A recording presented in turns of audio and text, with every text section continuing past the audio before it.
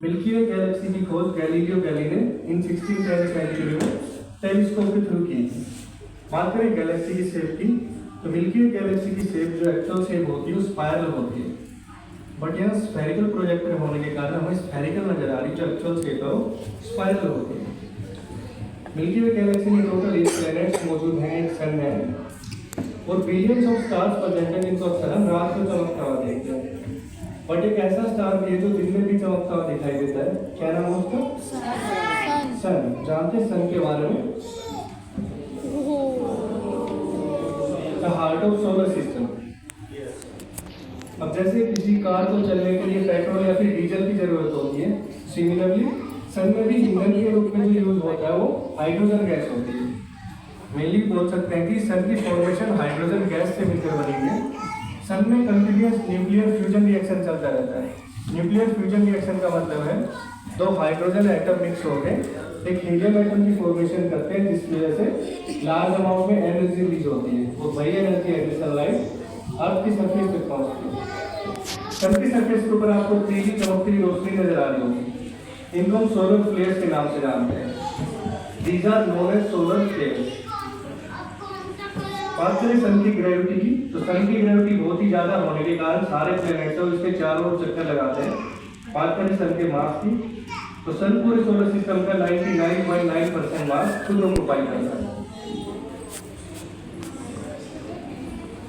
And now you are seeing the size of planets as compared to sun.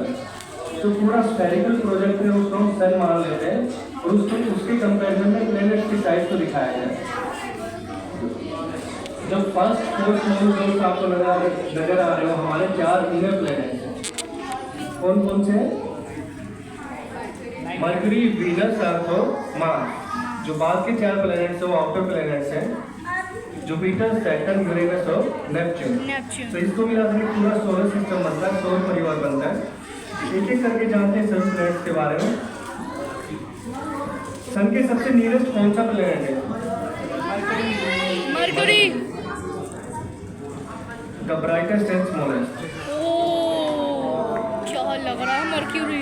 Mercury के ऊपर आपको बहुत सारे गड्ढे या फिर पैचेस नजर आ रहे होंगे। इनको हम क्रेटर्स के नाम से जानते हैं।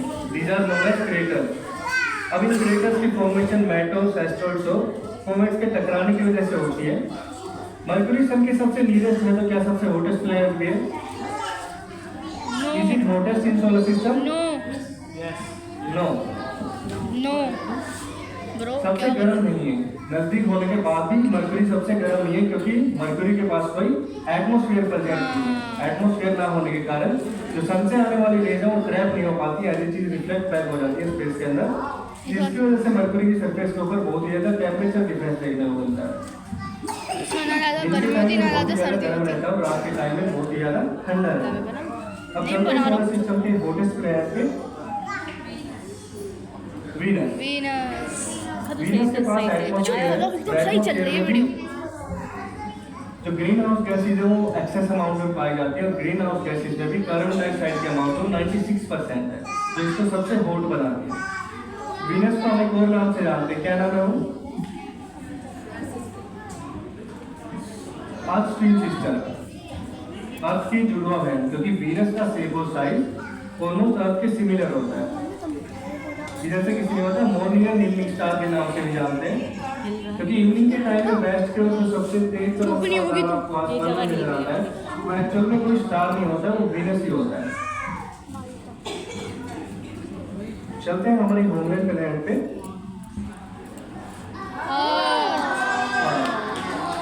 Is it beautiful? तो इसको किस नाम से जानते हैं दूसरे हो?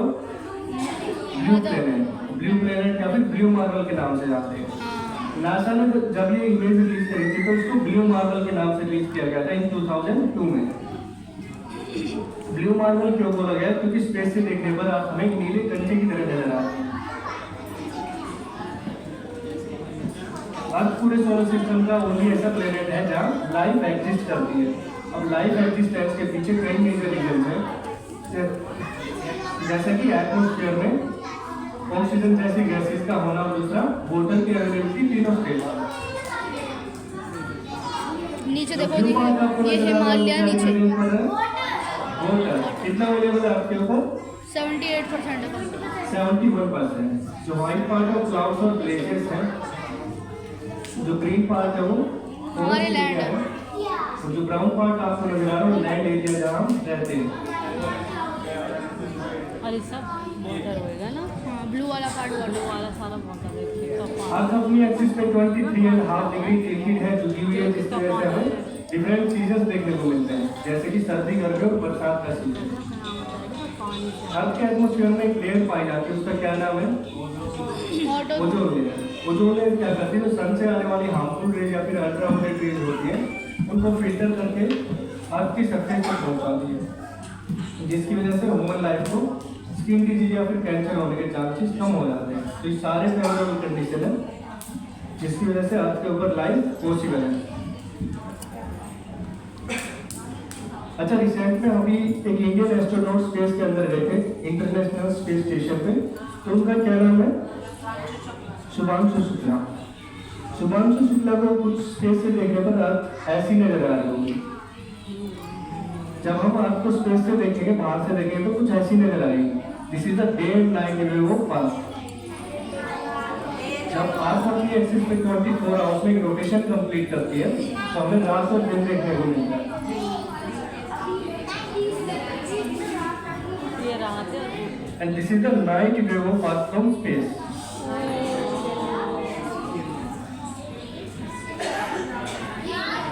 वो इंडिया ऐसा नजर आपको किसी भी प्लेनेट के ऊपर अभी आएगा, देखने को नहीं देखो, मिलेगा। ये रहा। ये आर्टिफिशियल लाइट होगी, अर्थ के ऊपर पड़ जाएंगे।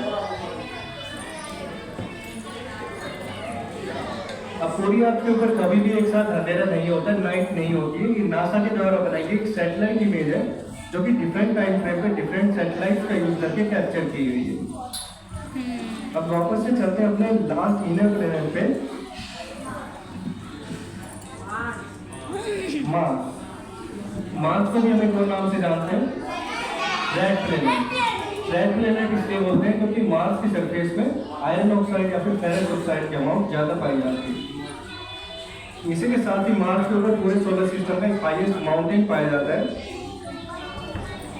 The mount Olympus मोन्स।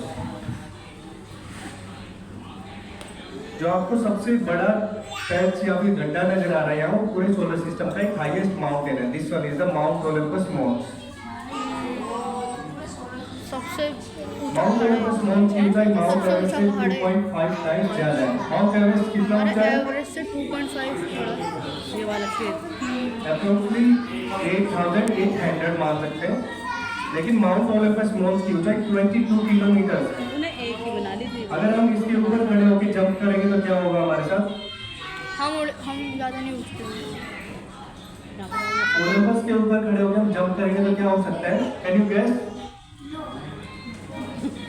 हम स्पेस के अंदर कहीं खो जाएंगे, क्योंकि मार्स के ऊपर बहुत ही कम ग्रेविटी होती है। ड्यू टू लेस ग्रेविटी हम स्पेस में कहीं गायब हो जाएंगे। तो अभी तक हमने जाना इनर प्लैनेट्स के बारे में, टेरेस्ट्रियल प्लैनेट्स के बारे में, जिनकी सरफेस के ऊपर हम लैंड कर सकते हैं, जिनकी सरफेस सॉलिड से मिलकर बनी हुई है। अब जानते हैं गैसेस प्लैनेट्स के बारे में। जुपिटर। गैसेस प्लैनेट है जुपिटर। जुपिटर ये डिफरेंट गैसेस का मिक्सचर है, जैसे हाइड्रोजन, हीलियम और हाइड्रोजन सल्फाइड। ये गैसेस इसमें कुछ क्लॉकवाइज और कुछ एंटी क्लॉकवाइज रिवॉल्व हो रही है, बट ये गैसेस आपस में मिक्स नहीं हो रही है। तो भाई these gases are not mix with each other.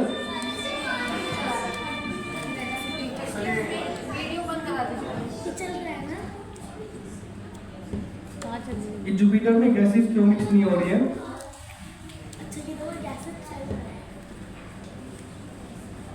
कोई बताएगा?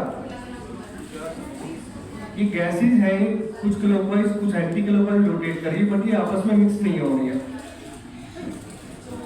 अच्छा, जैसा कि हम जानते हैं कोई भी जो बहने वाली चीज होती है, फ्लूइड या फिर गैस, उसकी एक पर्टिकुलर डेंसिटी होती है, राइट? तो डेंसिटी की वजह से ये मिक्स नहीं हो रही है। डेली लाइफ से हमें एग्जाम्पल लें, वाटर और ऑयल को मिक्स करेंगे तो वो भी आपस में मिक्स नहीं होते। सिमिलरली गैसेस भी मिक्स नहीं हो रही है। अब जुपिटर के ऊपर एक आई टाइप स्ट्रक्चर नजर आ रहा है आपको। You are seeing this is the I-type structure present on Jupiter. This is known as Great Red क्या है Spot. ये होल? ग्रेट रेड्स ये जुपिटर पे आने वाला एक बहुत बड़ा तूफान है, टोर्नेडो है, जिसमें एक अर्थ इजीली फिट हो सकती है। तो क्या आप लोग गैस कर सकते हैं कि ये इतने बड़े जुपिटर के अंदर कितनी अर्थ इजीली फिट हो सकती है? कम से कम 100 अर्थ हो ही सकती है। 1000 अर्थ हो और सकती ज़्यादा? है। 10,000 थोड़ा सा और ज़्यादा? 10,000 अप्रोक्स 1300 अर्थ एक पूरे जुपिटर के अंदर इजीली आ सकती है। कंपेयर करें सन के साथ तो एक सन के अंदर 1000 जुपिटर इजीली फिट हो सकते हैं। तो बात करें अर्थ की तो एक सन के अंदर लगभग 13 लाख अर्थ 13 लाख अर्थ आराम से समा सकती है। सन के अंदर कंपेरिजन में जान सकते हैं कि सन का साइज कितना बड़ा होता है। चलते हैं अगले प्लेनेट पे, सैटर्न। कुछ मिसिंग है इसमें? रिंग्स है, वो एक्चुअल में सैटर्न का पार्ट नहीं होती, वो आइस और डस्ट पार्टिकल्स होते हैं जो कि सैटर्न की ग्रेविटी की वजह से इसके चारों चक्कर लगाते हैं। और आप सब लोग बैठे हो रिंग्स की तरह ही। You all are the Saturn state. Oh my god. तो सैटर्न का येलोइश कलर इसलिए नजर आता है क्योंकि इसके एटमॉस्फेयर में अमोनिया गैस है वो एक्सेस अमाउंट में पाई जाती है। अब चलते हैं सोलर सिस्टम के कोल्डेस्ट प्लैनेट की सबसे ठंडे ग्रह है। नेपट्यून। No, Neptune. यूरेनस का सबसे ठंडा होने के दो मेजर रीजंस हैं। एक तो सन से बहुत ही ज्यादा दूर होना, सन की रेज प्रॉपर्ली नहीं पहुंच पाती है, और दूसरा इसके एटमॉस्फेयर में मीथेन गैस पाई जाती है जो इसको लाइट ब्लू कलर में प्रोवाइड करती है ठंडा गैस की। चलते हैं लास्ट एंड एट प्लैनेट पे, नेपच्यून। दिस इज ऑल्सो एक कोल्ड प्लैनेट। इसके भी सेम दो ही रीजन है कि कुछ आपको यूरेनस की तरह ही नजर आ रहा था। और यूरेनस के ऊपर एक और गैस पाई जाती है जिसका नाम है हाइड्रोजन सल्फाइड। उसकी वजह से यूरेनस की सरफेस से रोटन है या फिर सड़े हुए अंडे जैसी स्मेल आती है। और यूरेनस की एक और खास बात है, इसके ऊपर डायमंड की बारिश होती है। इसमें एटमॉस्फेयर की फॉर्मेशन कुछ ऐसी है जिसकी वजह से डायमंड की बारिश होती है। तो अभी थोड़ा नेचुरल सैटेलाइट के बारे में बात कर लेते हैं। आपकी नेचुरल सैटेलाइट क्या है? मून। मून देखना चाहोगे आप लोग? Yes. This is the earth. What is the scientific name of moon? Moon का साइंटिफिक नेम क्या है? उनका साइड मून का साइंटिफिक नेम है लूना, जिसको हम लूनर इक्लिप्स से भी रिलेट कर सकते हैं। अच्छा, मून के ऊपर भी आपको क्रेटर्स नजर आ रहे हैं जैसे हमने मर्क्यूरी के ऊपर देखा था, क्योंकि मून के पास भी खुद का कोई एटमॉस्फेयर नहीं होता है और ना ही मून के पास खुद की लाइट होती है। सन की लाइट को रिफ्लेक्ट करता है अर्थ की ओर। तो मून के ऊपर आपको डार्कर पार्ट नजर आ रहा है, उसको हम मारिया के नाम से जानते हैं। This is known as maria. ये ठंडा हुआ लावा है, मैग्मा है, जो कि वोल्केनिक एक्टिविटीज की वजह से कलेक्ट हुआ है। तो बात आती है मून की, तो क्या सभी प्लैनेट्स के पास खुद का मून प्रेजेंट है? क्या सभी प्लैनेट्स के पास नेचुरल सैटेलाइट है? नहीं। नहीं। मरकरी और वीनस के पास कोई मून प्रेजेंट नहीं। सबसे ज्यादा मून कौन सी प्लैनेट के पास है? सैटर्न के पास है। सैटर्न के पास अप्रोक्स 274 मून्स है। सेकंड नंबर पे आता है जुपिटर, जिसके पास अप्रोक्स 95 मून्स है। और सबसे बड़ा मून कौन से प्लैनेट के पास है? अर्थ के पास। अर्थ का मून तो 5th नंबर पे आता है। सबसे बड़ा मून जुपिटर के पास है जिसका नाम है Ganymede. Ganymede, GANYMED। This is the Ganymede, Jupiter's moon, the largest moon of solar system. और सबसे छोटा मून कौन से प्लैनेट के पास है? अर्थ के नहीं, वीनस या फिर सैटर्न के पास है। वीनस या फिर सैटर्न के पास है। मरकरी और वीनस के पास तो कोई मून है ही नहीं, और अर्थ का मून 5th नंबर पे आता है। सैटर्न। बच गया मार्स। मार्स के पास 2 मून है। This is the Phobos and this is the Deimos. ये दोनों ही मार्स के मून है। डीमोस पूरे सोलर सिस्टम का स्मॉलेस्ट मून है। अब जब अर्थ को हम अपना शेप और साइज चेंज करता है तो उसको हम फेजेस ऑफ मून के नाम से जानते हैं। अब देखो आधा So now you are seeing these are the phases of Earth's moon. देखो ये अर्थ अर्थ के के मून के टोटल 8 फेजेस होते हैं, new moon to full moon, जिसको हिंदी में हम अमावस्या की रात और पूर्णिमा की रात के नाम से भी जानते हैं। ये Pune These are the phases of moon. जो कहते हैं कभी भी हमें डेली इससे सेम साइज में नहीं दिखाई देता है ना मून आसमान में, वो कुछ ऐसे चेंज करता है अपने फेजेस।